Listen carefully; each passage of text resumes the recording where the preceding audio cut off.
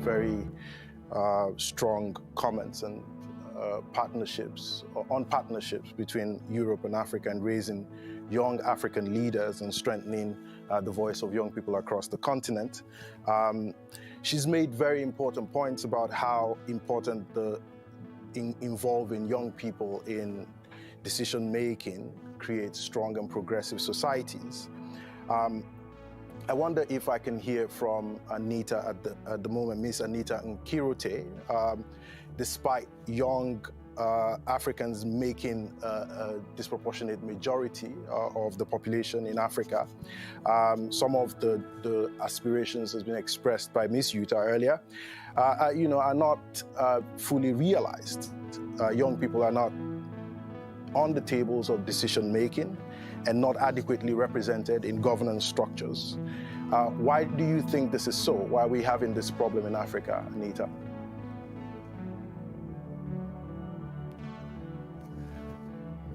Okay, so I don't think we have Anita yet. We will come back to her later. So I'm just going to turn to someone I have here in the studio, Bobi Wine.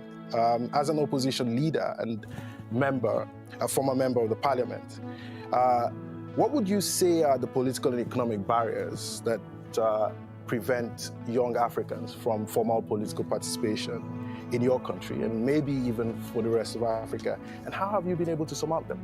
Thank you very much, and thank you for having me. Greetings, viewers. I'll talk about Africa largely, but allow me to zoom in to Eastern Africa, and more particularly to Uganda, where I live.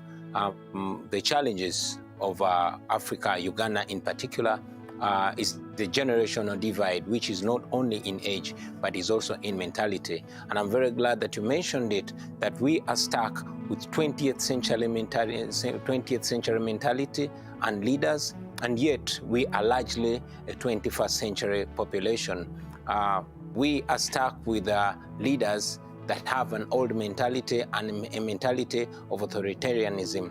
In Uganda, the problem, and I believe largely in Africa, is authoritarianism, where we have a leader that has been in power for 36 years. Unfortunately, even when the voices are raised, they are ignored or squashed with brutality. Now, this is a challenge. How we've been able to surmount them, I would not really be quick to say we've surmounted them. We've made the efforts, but the efforts have been crushed.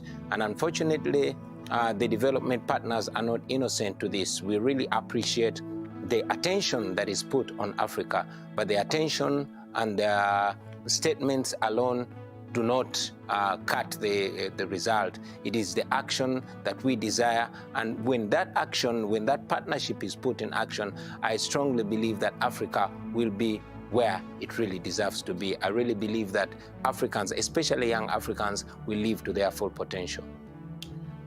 Thank you, Bobi Wine, for those very strong thoughts. The challenge of authoritarianism, and this is also, this goes hand in hand with a disappointment in governance from young people. I think it was a 2019 Mo Ibrahim Forum report that found that 60% of African, especially young people, think that their governments are doing a very bad job, or a fairly bad job, at addressing the needs of young people. I think in response to some of these authoritarianism trends in Africa, we've seen since 2010, a wave of peaceful protests across the continent.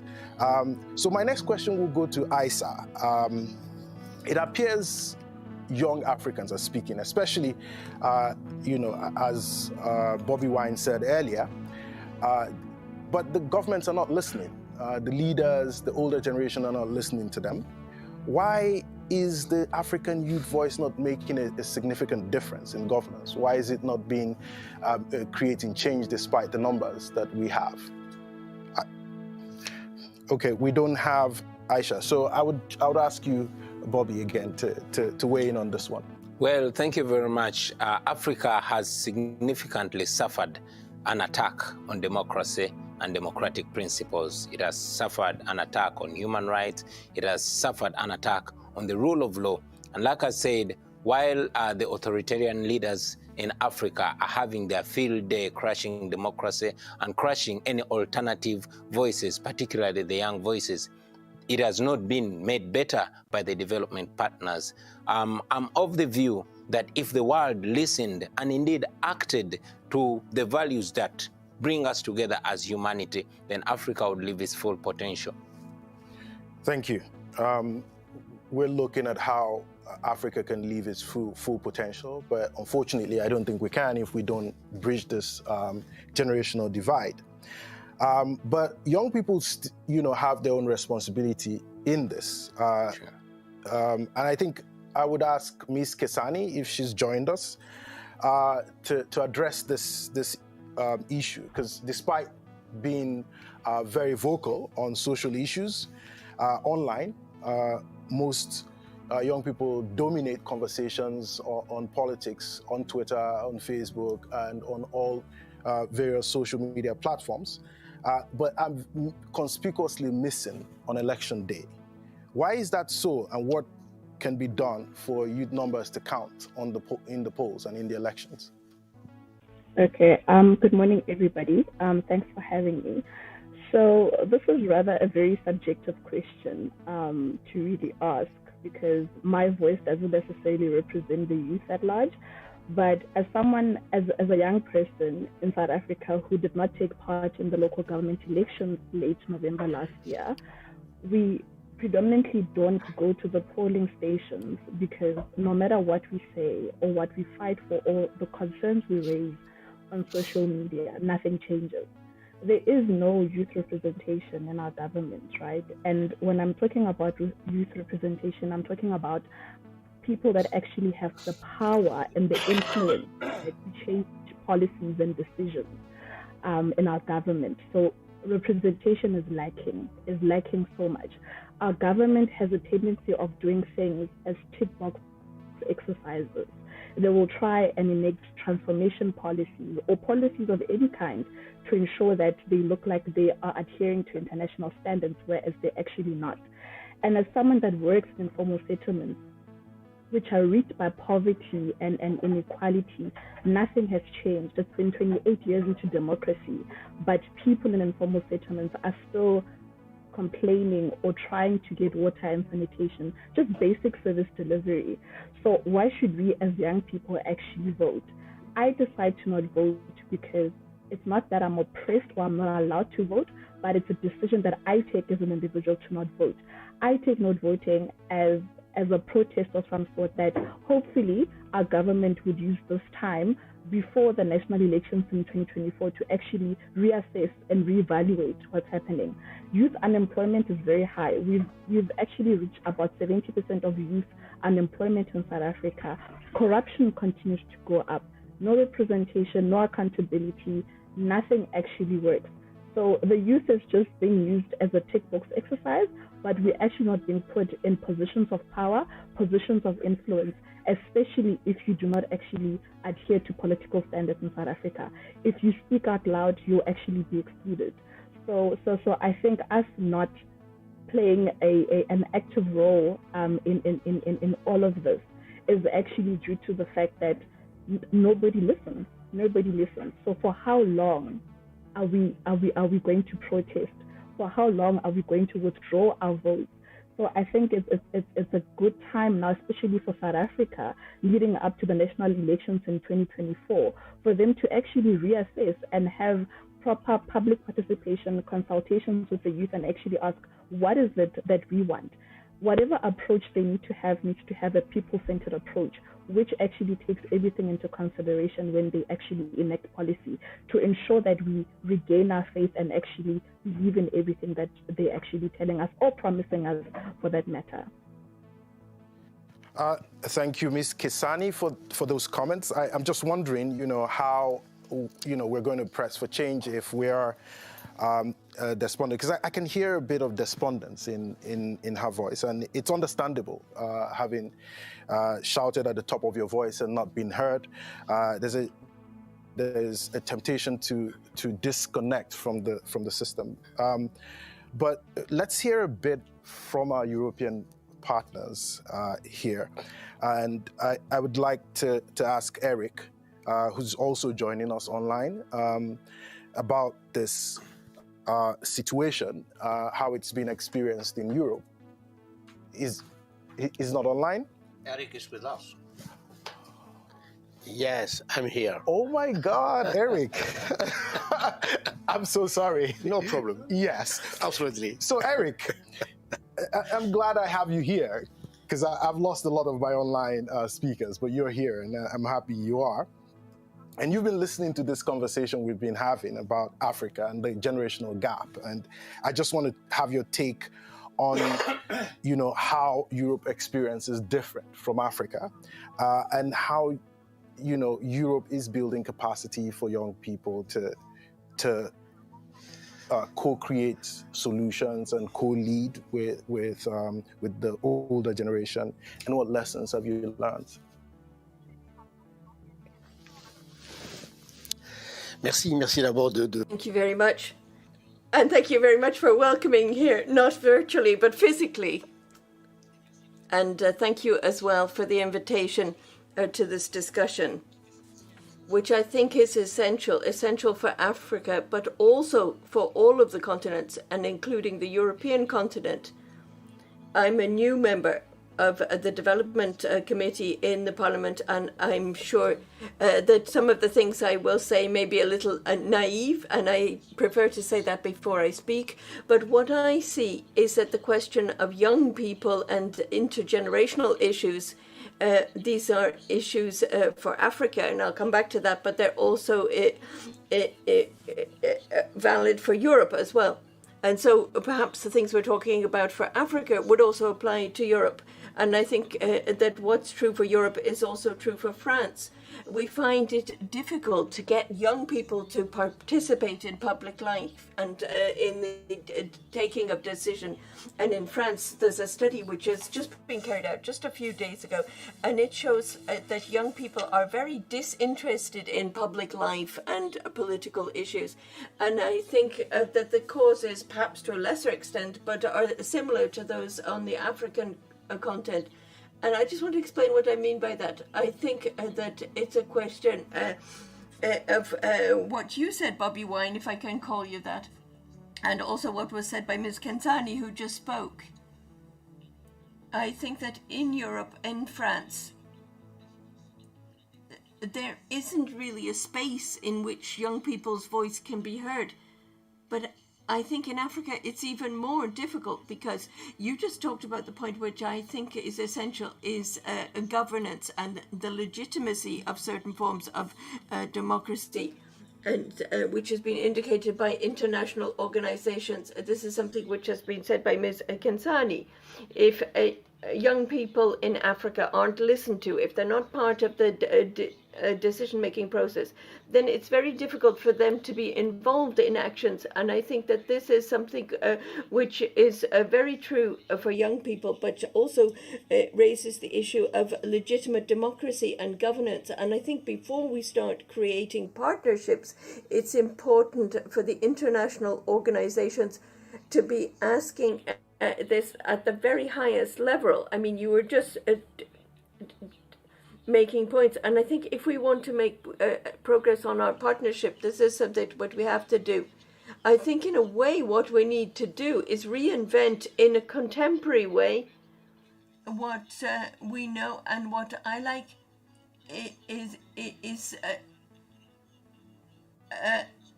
a specific forum for young people, for their voices to be heard, and to create a link between the generations which have experience and those which have energy. We need these areas where people can speak and they can be listened to, because if they don't feel that their voice is being heard, then they don't want to participate in political life. And so it's a question at different levels.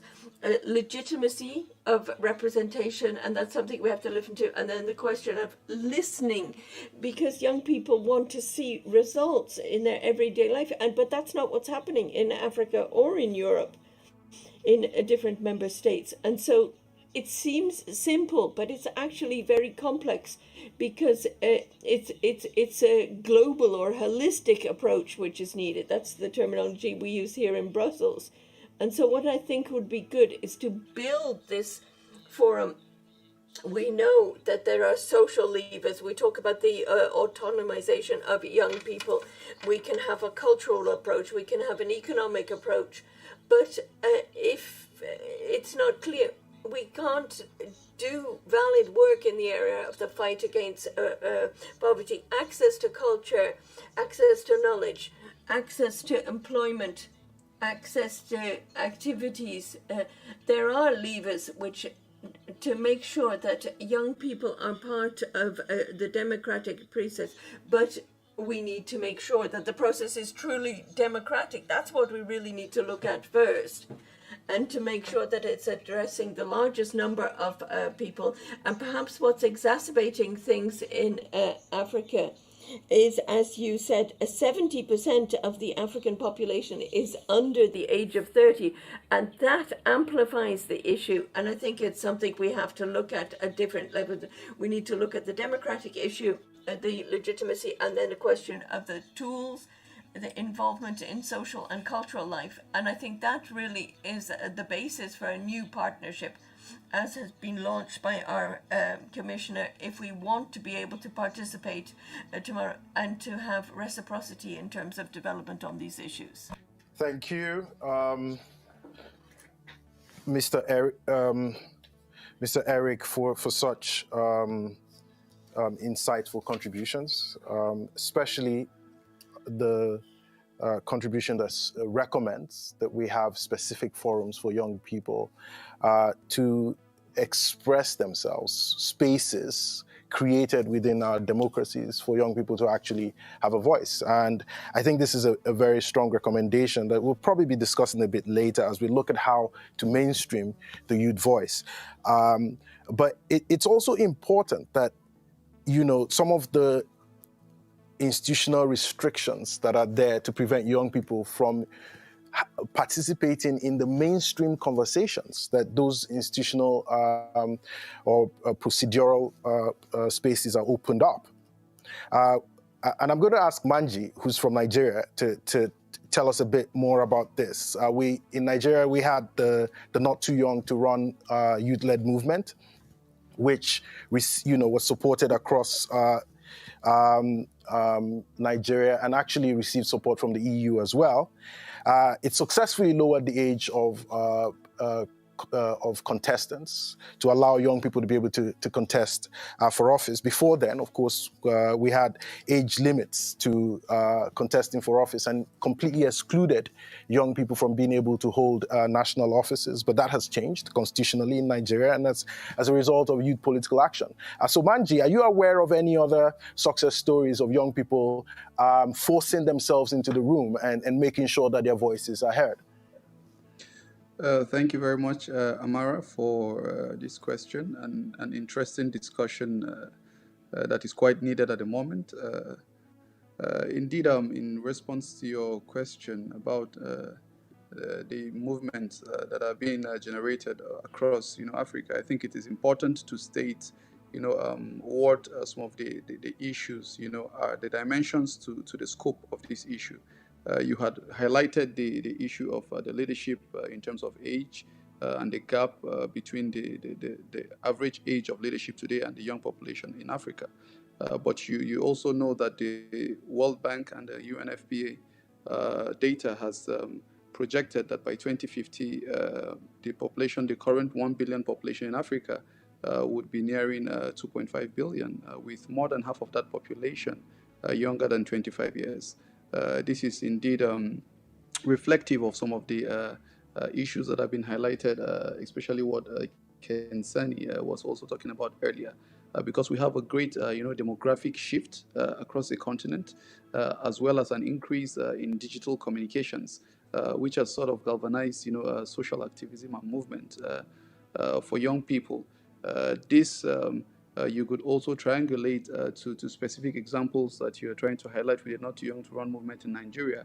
But there are other similar movements across Africa being coordinated, like in Zambia, we saw for their multi-party elections where young people galvanized and mobilized and turned out en masse, becoming more than 70% of the voters on E-Day to cast their votes and make their voices heard. The Siasia plays in Kenya has been doing, an amazing work. You can also see that while we have some of these positive efforts, you see the fees must fall, conversation in South Africa, the Yen Amari, movement in Senegal as well, which has been trying to serve as a means for young people to engage, their government interlocutors, because I think this is all about a conversation around, a place for everyone to be a part of the key decision processes of ensuring that governance work. Essentially, like you've mentioned, I think the link between, governance, and elections that Kensani was talking about, as a means of, airing the voices that we are not happy, considering what is being done in terms of governance management, needs to be strengthened. The issues of social economic rights, the issue of provision of not just social safety nets, but economic opportunities, education, unemployment numbers being addressed, and certain issues that also promote migration, insecurity, and there are quite a barrage of issues. So this is not just about, a conversation on being on the table, but looking at the holistic development of the population of Africa, especially the young population. The young population is getting to a point where there is articulation of a common voice, on issues that borders on the development of the young person. And I think it is quite critical, and it is exciting to see that the European Union, beyond the commitments, of course, as mentioned by Commissioner Obilanen, talking about the Youth Sounding Board and other platforms, the African Young Leaders Program that is being promoted, that there are quite a number of efforts, even on the African continent, talking about mentorship programs, internships, that could also afford young people an opportunity to not just air their voices, but to also practice some of these methods of leading, the population of Africa into, a particular platform or level that they intend to. So I think these are the issues that are really, generating a lot of the movements that you're seeing across the continent of Africa, beyond the Arab Spring that started, early a couple of years back. These are just very, very critical issues, foundational and fundamental, that need to be given, critical attention to ensure that this partnership that is being envisioned and promoted within the next 7 years between Europe and Africa, yields, very positive results. Thank you, Mr. Manji, for that very detailed intervention. Just highlighting the fact that not just political action in terms of getting in the room, but there has to be a holistic view of what you are going to do when you get in the room. That leads me to the next question, which I'm going to ask Bobi Wine about how, you have experience in political organizing, and from your experience as an opposition leader and a former member of parliament, what can you share about how some of the young political and social activists we're seeing rise all across Africa? What can you share from your experience about how they can organize their collective agitations into effective political structures that can have impact on election day? Thank you very much. I've been listening to the submissions of various people, and I kind of have a feeling that I wish I was from those areas. Well, I speak from a rather peculiar view. I come from a country which is probably the youngest population in the world, Uganda, where we have more than 85% under the age of 35. And indeed, for the last 4 years, we have been banking on that, looking at that young population. We don't look at it as a liability. We look at it as a resource, especially if it's galvanized, if it's called upon to come together and make a decision together. And that was a reason why we started what we call the People Power Movement in Uganda, to call upon young people to get involved in the decision-making and then in the political dispensation of their country. And indeed, we were able to call upon young people who turned out in millions to vote to decide their destiny.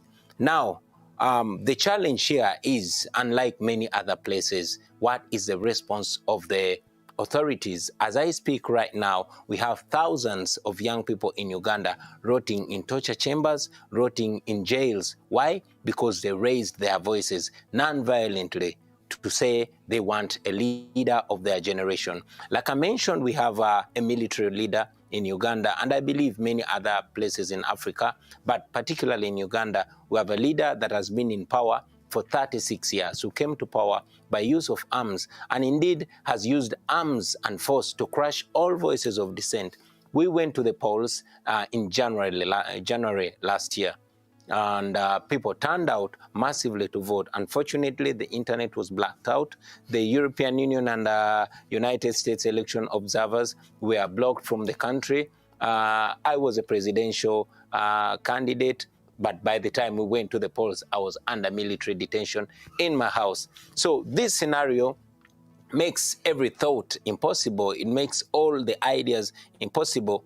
Now, being on this platform, I will also raise it that the international community is not innocent to this. While young Africans have aspirations and indeed have dreams for Africa, while they are first world brains stuck largely in third world countries, they have thoughts, they have aspirations, they want to transform Africa because they see what other young people are doing in the rest of the world. But because we have authoritarianism, which I don't tire to emphasize, then everything, every thought, all the intelligent ideas tend to hit a block wall. And like I mentioned, being on this platform, the international community is not innocent to that. Of course, the young Africans appreciate the voices that are raised by the international community in terms of statements. But the fact that the international community pours lots of money in terms of aid to Africa without following it up with calling upon the authorities in Africa and in particular in Uganda to ensure that it is not just business, but it is the values, the democratic values, the values of the respect of the rule of law, the values of human rights, then we are only going to be talking about this. Young Africans know where they want to go. They envision a future, but they are stuck in a world where they are crushed with brute force. Now, this is the elephant in the room that I believe we must address. Other than that, we are only going to be looking at the promised land where we want to go as Africa, but we won't be able to move our footsteps to reach it because we cannot fight against the American dollars. We cannot fight against the Italian bullets. We cannot fight against the donations from the European Union that are just placed in Africa, and they are siphoned and are used in patronage and crushing of voices of dissent. Like I mentioned, right now, as I speak, I'm only maybe able to leave the country because I have international focus on me. But thousands, hundreds of thousands of young people are rotting in torture chambers and in prisons in Uganda. Why? Because they dared to challenge the authority of the strong men, in particular General Museveni, who has been in power for 36 years. Now, this is a case in many African countries. And until the world, until the international community, in particular the European Union, until they address that, until they call to order those authorities, until they make democracy, real democracy, a precondition for cooperation, we are going to be moving in circles. But when we have an opportunity for the international community to say, no, we are not going to be part of the criminality, then the voices of young Africans are going to count. Like I said, I really envy the young people in other countries that just decide not to vote. In Uganda, we actually long for the voting, and we line up the entire day to vote, but our votes don't count. Thank you, Bobi. Yeah, I'm actually very proud of the resilience of the Ugandan youth to continue to push their case through the process, even though there's, as you said, there's a lot of effort to make sure that that doesn't count. And you also mentioned that this is the case across many African countries. I wouldn't disagree with you, but I'd love to hear from other speakers as well. And Aisha is online, and I'd like her to weigh in on this.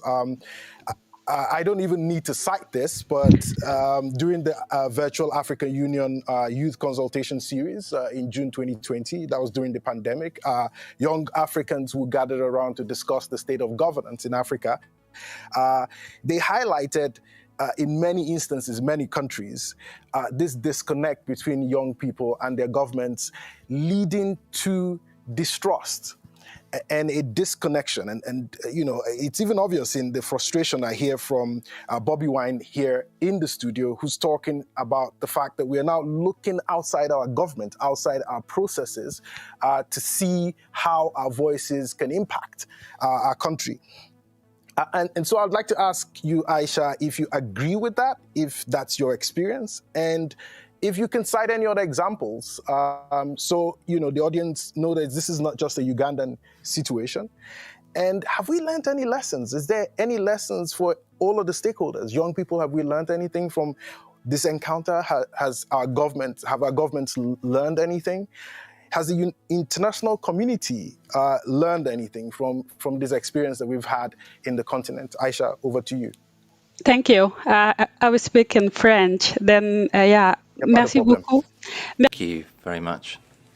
Thank you very much for giving me the opportunity to speak as part of this Africa Week. As a young person, I'm an exception for many young people, because young Africans like me who have access to education, for example, access to decision making, are very rare. In 2016, the Abraham Foundation issued a report, and the vast majority of Africans were under a certain age.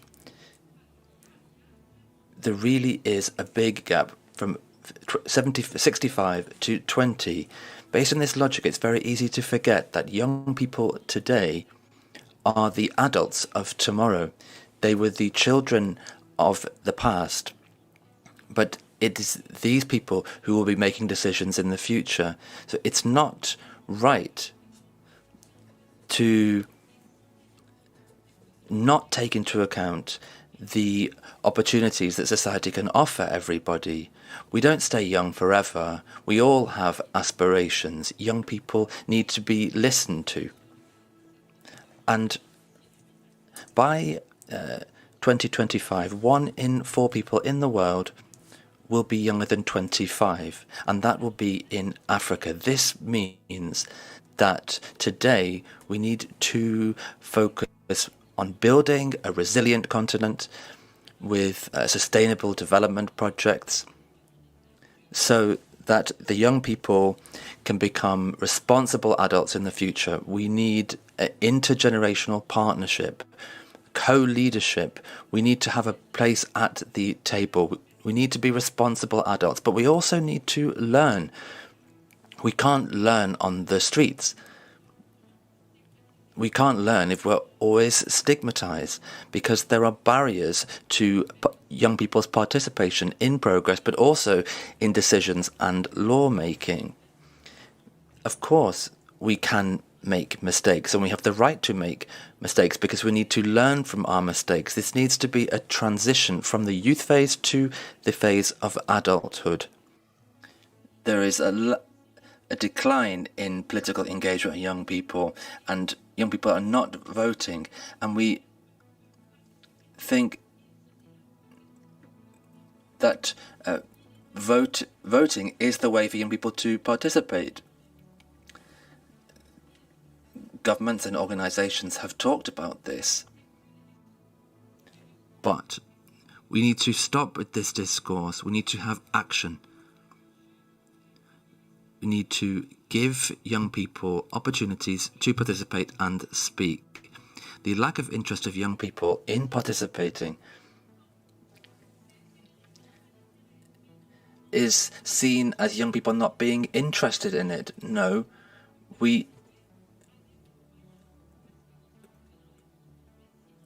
but if we manage to engage young people and keep them as part of an intergenerational partnership, the transition between youth and adulthood with better methods, less bureaucracy, and it needs to be more efficient as well. This is what we need today.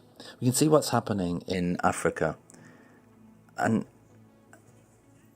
the average president is 65 and the average age of the population is 20. There's a huge barrier there. There's a transition that we need to think about putting in place. We can say that the system needs to try to discuss these issues with young people and not leave them behind, because it's never the solution to leave people behind. You can't engage people by leaving them behind, but by saying they're not interested. It's not necessary to have projects if things only offer false trust, using young people for campaigns, for example. But when leaders are in place and when they have make many promises, young people don't see the politicians keeping these promises. We really need to create safe spaces. The policy needs to be inclusive, especially for young people. We need to work together. The other point of view in Africa relates to young people being excluded from activities, but the right to be young is about the right to be inexperienced, the right to make mistakes. It's the right to be taken into consideration. It's the right to be supported so that you can be a responsible adult in the future. Thank you. Thank you very much, Aisha, for that. It was a broad take, but highlighting the issue of transition and the transition gap and the gap that we have to bridge in transition between generations is not just an age gap, but there's a learning gap, there's an education gap, there's a capacity building gap, and we should keep that in mind. And this is important, and I like the fact that the young people on this panel are setting the agenda for the continent and how this transition should happen. And for me, I think that also young people should manage this transition. They know what they want to see, want to experience in the future. And some of these policy recommendations about how this transition should happen, appear very sound. But I'm going to turn to Eric now and ask, because a lot of the speakers on this panel have highlighted the role of the international community. And I think that the international community plays a role in empowering young people. Just ask how the international community can step in on these issues, some of these issues that be highlighted on this panel. What is it that's possible, and how can what more can be done to make the youth voice more influential in processes at home? Je pense que, comme ça a été dit. Well, I think, as Bobi Wine said before, the international community, and I told you I was going to maybe make some naive comments, I think is really responsible for what's happening on the African continent.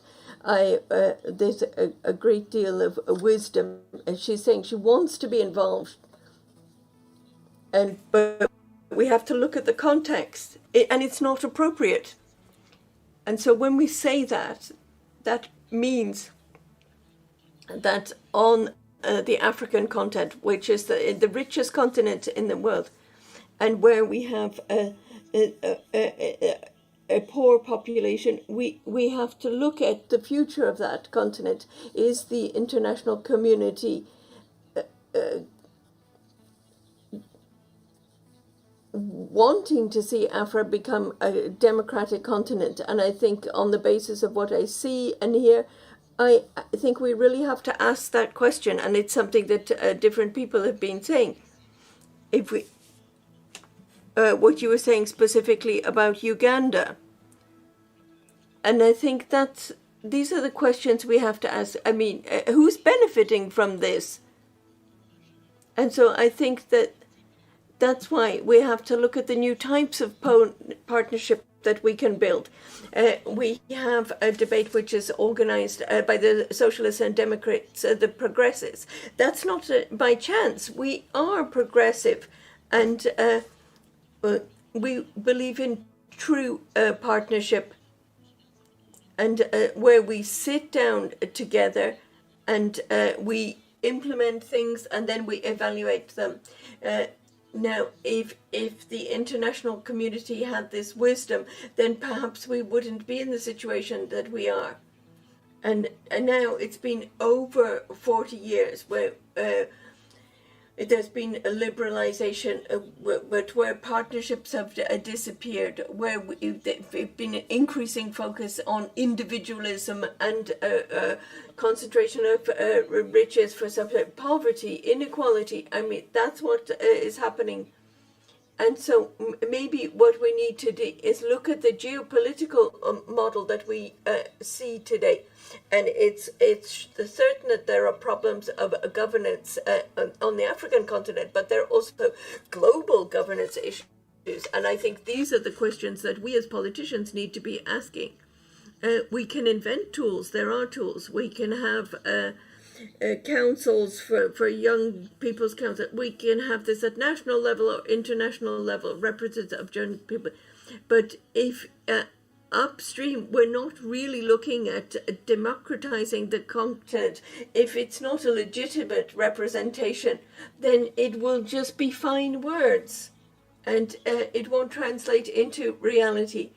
I think that what is being asked for by young people like Aisha is they want to see concrete things happening, and they want to be invested in day-to-day life, and she wants hope and wants to see everyday changes, and that is what we have to invent.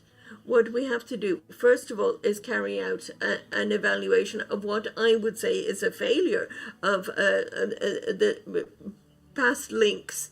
We can't we continue to tolerate the situations that we see. I mean, we need to stop talking about partnerships. These are just virtual partnerships. We need to look at the realities.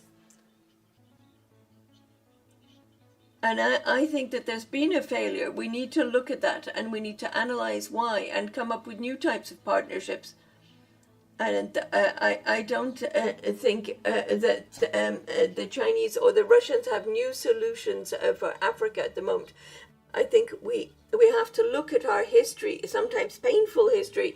We have to accept the situation as it is now, analyze it, and come up with a true democratic vision. And I think that if we can do this with humility and focus on human development and these priorities, and I think we can then imagine a peaceful, serene future for the African continent and a different partnership. And I think that that really is the mindset that the S&D party has. We want to look at the limits of the models that we've had up until now. We need a new vision. We need a new partnership. And in that partnership, we need to look at how people develop and new types of partnership, and make sure that these are the objectives, and make sure that we're implementing them together, and not think about a dominance or a dominant party and one that is being dominated. No, a true partnership of equals. And I think we need these groups where people can talk. And I think it's a question of getting people together to think, not one person thinking and telling other people what to do. And that's what we need to do. Get together, talk together, think together. And that's what I just wanted to add on the question that you asked me. Thank you. I think that Eric said a few profound things, but I'd just like to highlight two things. First of all, redefining or expanding the scope of democratization. Because I think there's token democracies where you have elections and that's it, but you don't take care to be sure that the voices in the elections are equal. But I like the fact that you've highlighted that we need to move from just having democracy by elections to true democratization. There's equality of voices, and that the governments that result from those elections are representative of the population. But also, you pointed out that between Europe and Africa, we need to transition to a true partnership, a partnership of equals, that we move from just talking about partnership to actually action about partnerships. And I think this is a good point to bring in Ms. Kesani again from South Africa, because I heard from her earlier. She sounded a bit despondent and expressed how young people in South Africa are withdrawing from the process because their voices don't make a difference. And it highlighted the power asymmetry and the extreme power asymmetry between those who hold power in South Africa and in much of Africa as well, between those who hold power and those who don't. There's extreme power asymmetry. And the thing about power asymmetry is that, nothing really happens unless it's acted on by an external force. So I'm just going to ask you, Ms. Kesani, if you think that the international community has a role to play in making your voice more influential in Africa. And if they do, what is most needed? Where is the most help needed in your situation? But also, you can speak for the rest of Africa if you have that ability, Ms. Kesani. So I think first and foremost, it's just maybe important for me to state this, that I'm a human rights attorney, and when you actually read legislation and you see how South Africa has international obligations, right, towards its citizens and everybody else that lives in South Africa, and when you look at the setup of human rights committees and how their recommendations are not binding, right, it makes it seem like there's actually no justice whatsoever. So even if and we report this to human rights committees, nothing will be done, because they'll just say, oh, Mr. President, please be nice to these people. So I'm in civil society. We continuously litigate against the government to compel them to listen to the people and take them into consideration and actually implement their policies, but nothing actually gets done at the end of the day.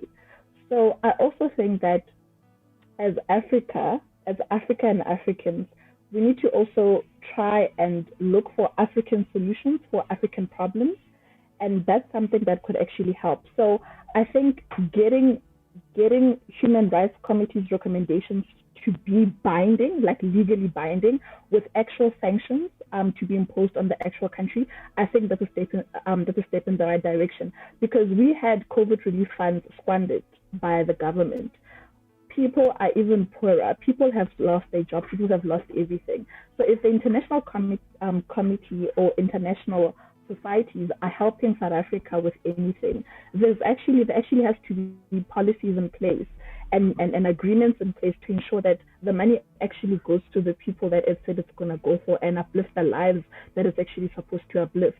So I think they could apply the pressure in terms of that, putting the pressure that they need that monitoring and evaluation to be done whenever they get any sort of assistance. But also, I think it's also important to mention, from what Eric was saying, that relationships between South Africa or Africa and Europe shouldn't just be relationships of exploitation, but should be relationships that are to the benefit of both parties, that are equal, and actually achieve substantive equality, especially in the context of African people, considering where we find ourselves today economically and socially.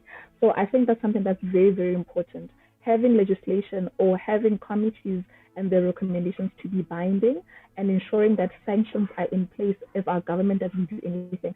Also, I don't think there's anything wrong with actually imposing restrictions to say that at least 80% of people on certain forums, on certain committees, have to be young people, right? And actually give them the power and the influence, because most people, like, I'd be put as a black female director of a company, but I might not be the one that's actually making all the main decisions, right? I'm just there as a face or as a trophy.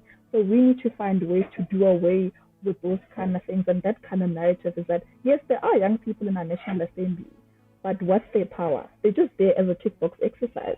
But what's actually their power? What's actually their influence? And how far does it actually go? And also, how do we also strengthen civil society in our countries, right? Because if we are not properly or fully funded, we are unable to actually go head on with our governments whenever they fail us, right? So I think it's very important to just also ensure that there's support for civil society who are actually trying, whose their existence is to hold governments accountable for everything that they do, and ensuring that there's actual sanctions in place and not just something where as it just affects one person, but also what is the impact of the actions or agreements that South Africa enters into? What is the impact on the people on the ground, the most vulnerable, the most marginalized? Thank you, Kisani. So what I'm hearing from you is, sanctions, actual sanctions for actions that, affect abuses of human rights, but also things that suppress the voice of the youth, actions from government that suppress the voice of the youth.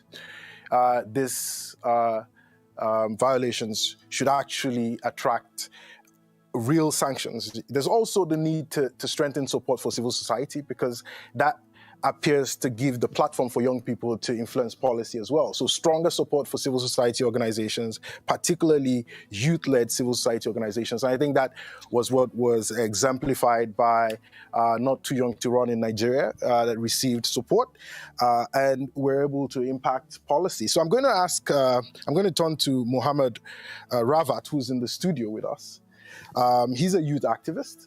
And I would just like to ask you to respond to this debate. Right. So I think before I say anything, I just want to say it's such a huge honor to share a platform with Bobi. I've just been listening to what you've said. It's quite easy for us to sit here in Brussels and talk about democracy. It's a very different story being on the ground in front of a military dictatorship and then pushing for those values.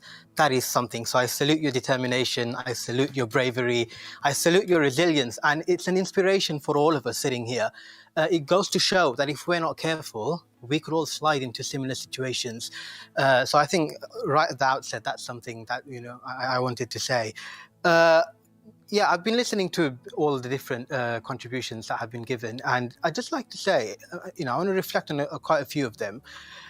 If we are going to have a smooth transition of power from existing leaders to the next generation, I think one of the things we need to address is we need to have a credible alternative.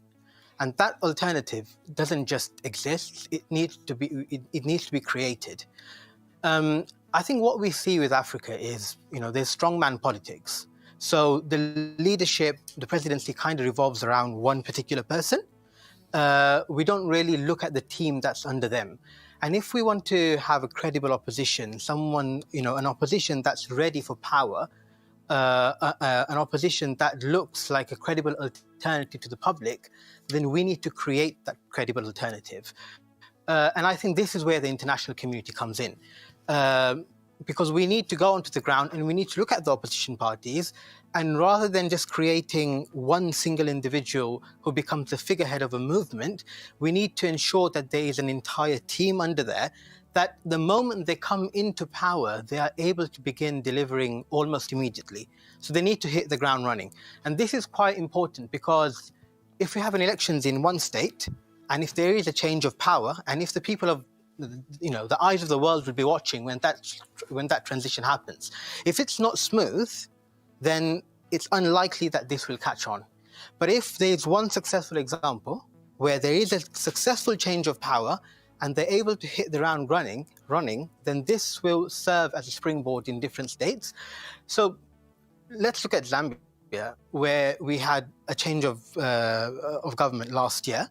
President Hakainde Hichilema had been running for elections since 2006, and after many attempts last year, he finally made it through. It took about 3 or 4 weeks for his cabinet to take shape. So when I look back and I reflect at this, here is a man who had been in opposition for 16 years. I do feel that some of that time should have been utilized to have a movement that is ready almost immediately. But what happened is over that entire period, the focus was on one individual, and that is how it seems to work in Africa.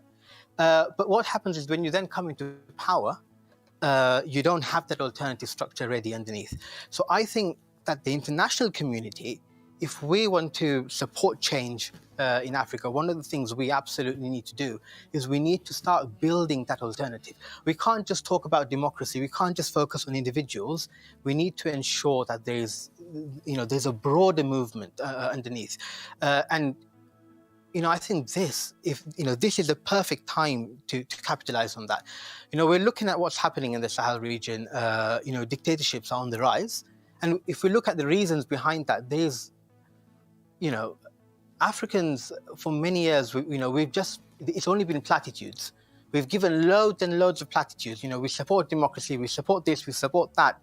But how much of that has actually trickled down to the public? And that's where, there's a huge frustration. And that's why we're saying, we saw in Burkina Faso when the coup happened a week or two ago, there wasn't a massive uprising. There wasn't that much sadness on the ground. There was some show of celebration, some show of support, which for me was quite frustrating. I felt like democracy has collapsed, and rather than the public, there being some sort of an outcry, these people are celebrating.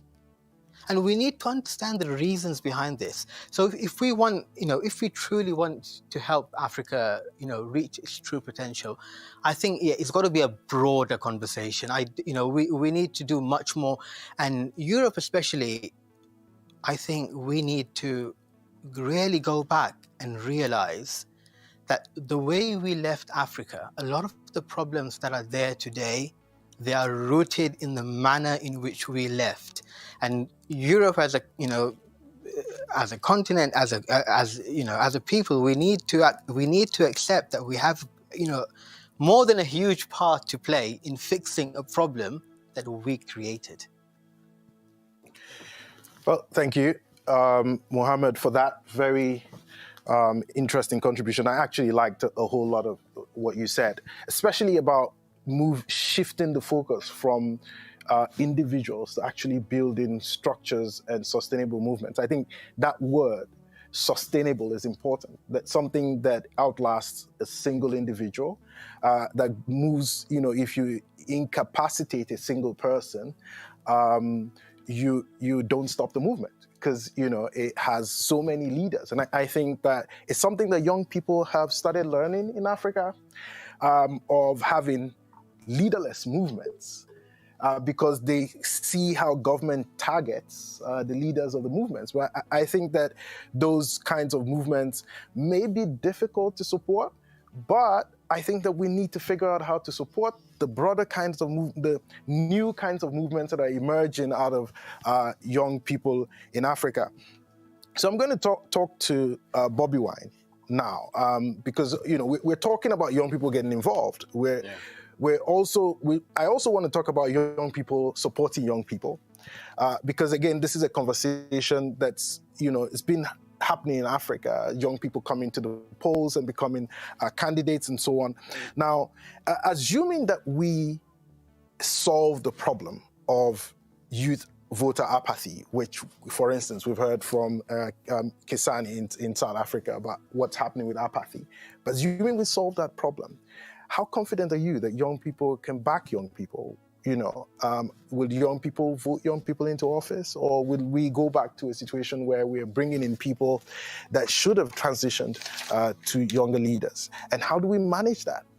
How do we navigate that?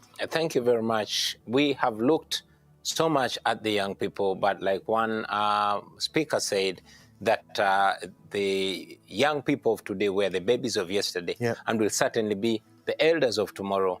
We happen to be living in a generation where there's not so much difference in the minds, the young and the old, the male and the female.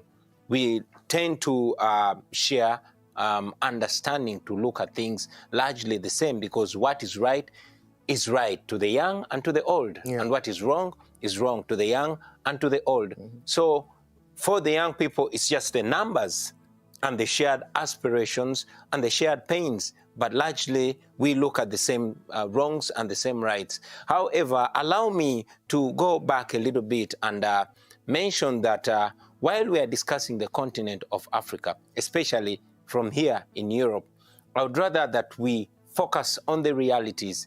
It would be very naive for us to discuss Africa from the lenses of a comfortable European.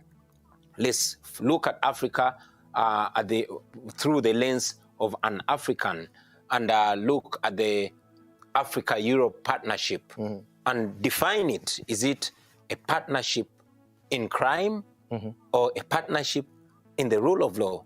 Is it a partnership in democracy or a partnership in autocracy? Is it a partnership in good or the partnership in wrong? Is it a partnership in development or a partnership in underdevelopment? And looking at that, I think it's important for us not just to look at the leaders. Well, everything rises and falls with leadership, but let's look at the people. We look at the people of Europe and the people of Africa and look at them as equals, as human beings, and look at them as deserving the same standard of democracy, the same standard of human rights, and the same standard of respect for the rule of law.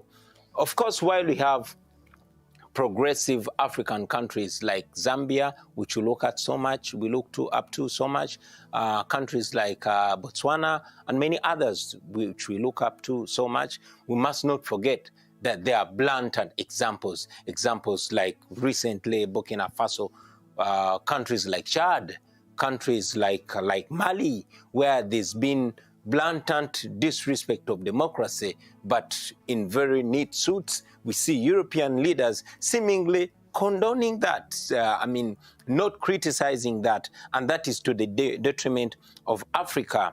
You know, we look at countries like Cameroon. I was looking at the African Cup of Nations, where the head of state in Cameroon can barely walk. You know, where they have to walk to him to hand over the trophy. And that's a shame to Africa. And that is something that Europe must not be seen to be part of. Countries like Uganda, where I come from, where last year, on the 18th and 19th of November, more than 150 people were massacred in broad daylight for peacefully protesting. But the world looked and kept silent. In Uganda today, pictures, images are coming out from Uganda where the son of the president will tweet and somebody will retweet disagreeing with him, and that prolific writer called Kakwenza will be picked and whipped, slave trade style. The images that used to come from the slaves of the 17th and 18th century will show up now, and the international community is just going to look at that. What kind of partnership are we having? We have an Africa today, in particular Uganda, where just yesterday the Speaker of Parliament was flown out of the country to get medical attention, but it cost the taxpayer $500,000 just to airlift the Speaker of Parliament and many other things. So in an Africa where it is acceptable for the leaders to seek medical attention outside the country, to have properties in developed democracies, properties bought with corruption, I think that partnership needs to be re-evaluated. Of course, Europe is a continent that we look up to with developed democracies, with laws that are deemed such acts unacceptable. We have the global Magnitsky, which should be evoked for such. We have sanctions, which should be evoked for that, and many other things.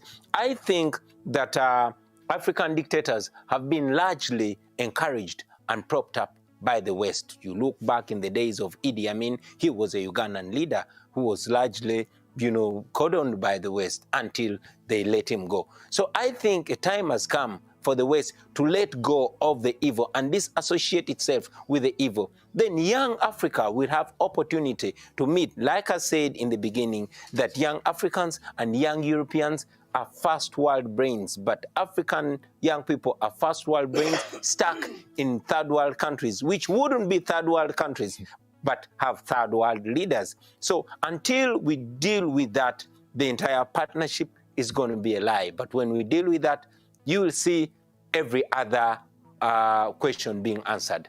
Thank you. Thank you, Bobi Wine. You made very strong points, and you actually even pointed out the situation in Mali and Burkina Faso. Interestingly, if we now take an average of the leadership age in West Africa, I presume that it would come down a bit. You know, obviously, if you're not giving young people a peaceful way to transition, what you will see is these kinds of transitions. And so these are the kinds of things we want to avoid by creating peaceful opportunities for young people to influence where their country is going. Now, we're coming towards the end of the session, and I'm very pleased that I have Mr. Marek here with us, Marek Belka, who is a member of the European Parliament. He's also the S&D Vice President, and he will be delivering concluding remarks. Thank you very much. On behalf of the S&D Group, I'd like to thank all the participants of this workshop for sharing their knowledge and examples on best ways to advance democracy in Africa and building strong governance structures. As we can all agree, good governance is key for the sustainable development of the African continent and a stepping stone for any ambitious social agenda. And as progress is always aimed at the future, it will be up to the next generation of leaders to play a vital role in introducing reform and change to the local and regional political systems. Today's panel has served as an opportunity for dialogue between experienced policymakers and youth representatives on the best ways of initiating and achieving change.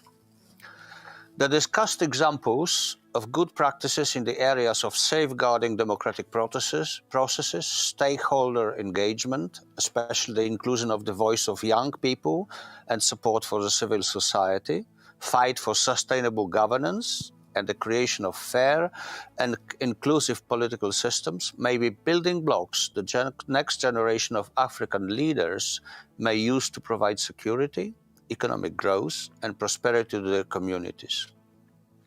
I would like to thank all the panelists for sharing their insights and experience. I believe we may expect that the youth representatives from both continents who have followed our discussion today will continue the pursuit for yet new ways of advancing democracy, cooperation, and sustainable growth for the benefit of both Africa and Europe.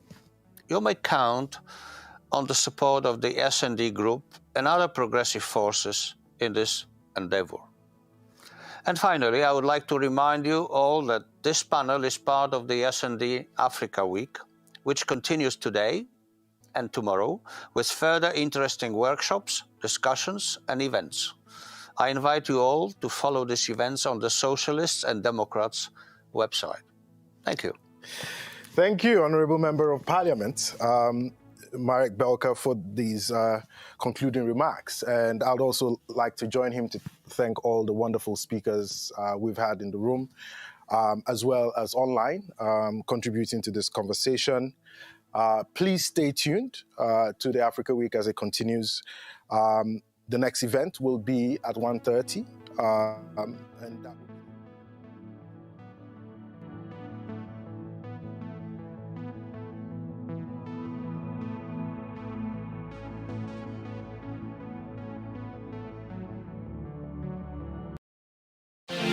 Webale kulaba KKTV Uganda, the inspiration and the best broadcasting around town. KKTV, the global experience, the might, the power, and all you need with KKTV. We are your broadcasting experience.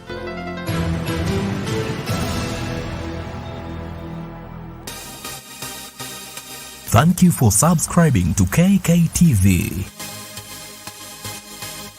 Museveni era nga bwe yakyogedde yayogera n'abantu abalala neffe tetulina kye twogera naye kuba aliwo mu bumenyi bw'amateeka. Ekyokubiri tetwetaaga kwogera naye kuba obuyinza si bubwe, obuyinza bwa bannayuganda.